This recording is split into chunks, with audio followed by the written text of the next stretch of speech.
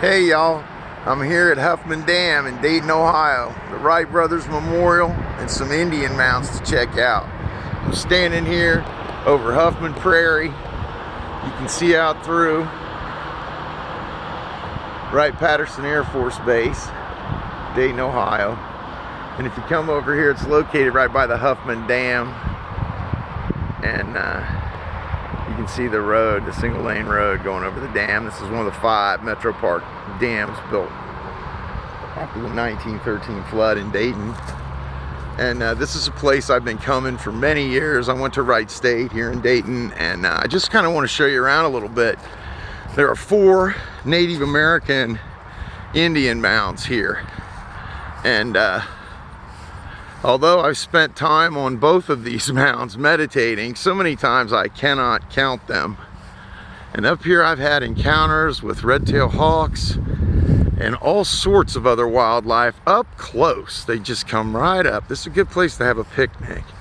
And I cannot count the time I meditated from these mounds. And this is my favorite one. This is the biggest one.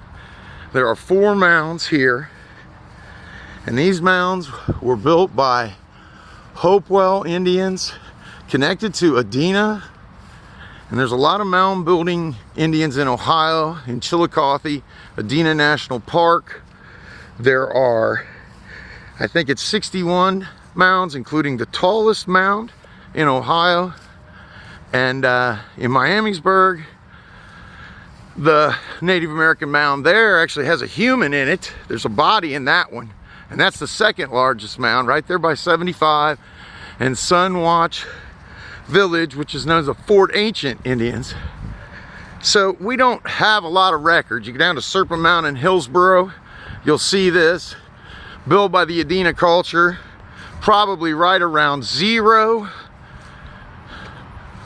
About 40 years before Christ died. And as you go through it, you see that these mounds are 2,000 years old, give or take, and they've been added to, like Serpent Mound's been added to in like 600 AD by Hopewells, they think. But these mounds are ancient. And you look at the lines in Peru, the Nazca lines, they aren't any older. So that's something to think of. And this is my favorite mound. And meditation here for me, so many times have I sat here on this mound. It's a beautiful place. When the leaves aren't on the trees, you can see forever right there. There's the other 2. They look just like little bumps.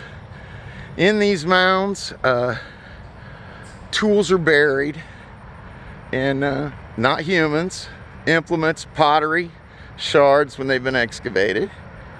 And this is the mound for meditation, and this is the view around the memorial.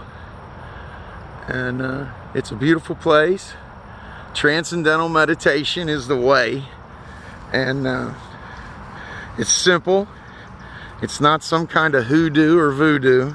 It's simply breathing in through the nose and out through the mouth and blocking all thoughts. And when a thought comes to you, you just block it and concentrate on the breathing. It's very simple. And soon you transcend your body because of a lack of oxygen. And you start to see everything so clearly, like what really matters. The people you love, your friends and family, using your gifts and talents to help each other and help the others. It all comes clear. And now, I'm gonna have to do a video on meditation for y'all. Now, I'll have to get somebody to hold the camera though. As they say, LOL, right? I'm heading over here to the memorial itself, and I'm behind it now, so I'm just going to kind of walk over here. You know, the Wright brothers are fascinating. So many firsts. Who would think that bicycle makers could make an airplane, but they understood the concept of Bernoulli's principle of the wing, and with their chain mechanisms and motors, they were able to make a plane. And if you go to the museum here in Dayton, Wright-Patterson Air Force Museum off Springfield Street, you will see the wind tunnel, the original mahogany wind tunnel from the Wright brothers. And when you see that, it's just like little 1/2-inch lath, maybe 3/8.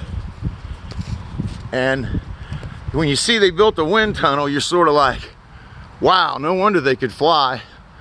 Sometimes I think that wind tunnel's maybe the best example of anyone's work ever. Mahogany too, you got to check it out. And this is the memorial to the Wright brothers if you've never been here. Of course, we're on the backside right now. Numerous plaques, inscriptions all over.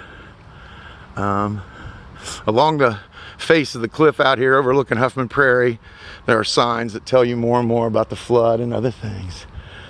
And this is the monument for Orville and Wilbur Wright, in commemoration of the courage, perseverance, and achievements of Wilbur and Orville Wright.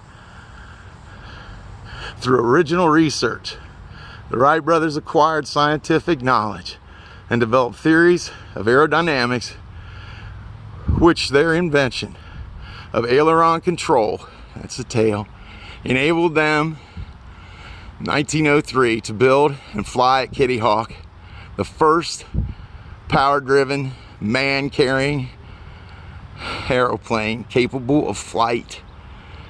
Their further development of the airplane gave it capacity for service, which established aviation as one of the great forward steps in human progress. As scientists, Wilbur and Orville Wright discovered the secret of flight. As inventors, builders, and flyers. It's just think of Birdcraft on there. They brought aviation to the world, and they did. It's unbelievable to think of it. You got a dream. Life is about dreams and making your dreams reality. If you never dreamed and knew where you wanted to go, how would you ever know when you get there? I hope y'all have a good day.